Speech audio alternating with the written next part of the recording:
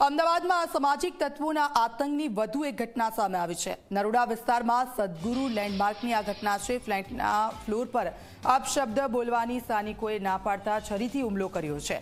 સામાન્ય બોલાચાલીમાં અસામાજિક તત્વોએ આ હુમલો કર્યો છે। 2 લોકોને ગંભીર ઈજાઓ થઈ છે। યોગેશ સોની, દિલીપ સોની સામે ગુનો નોંધાયો છે।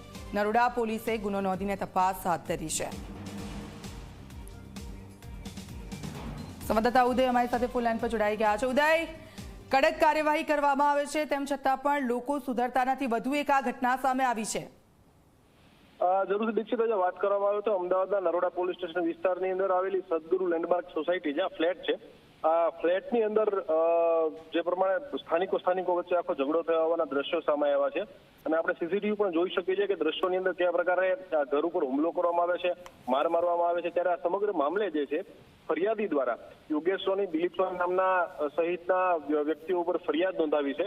ફરિયાદ નોંધાવ્યા બાદ અત્યારે નરોડા પોલીસે આરોપીઓને ઝડપી લેવા માટે ચક્રો ગતિમાન કરેલા છે। મુખ્ય ઝઘડાનું કારણ જે છે પ્રાથમિક દ્રષ્ટિએ અત્યાર સુધીમાં એવું સામે આવ્યું છે કે અપશબ્દો બોલવા બાબતે આખી આ મગજમારી થઈ હતી। ત્યારે આ સિવાયનું અન્ય કોઈ કારણ છે કે નહીં તેને લઈને અત્યારે પોલીસે તપાસ શરૂ કરી છે। દીક્ષિતા, બિલકુલ આભાર ઉદય, આપની પાસેથી અપડેટ્સ લેતા રહીશું।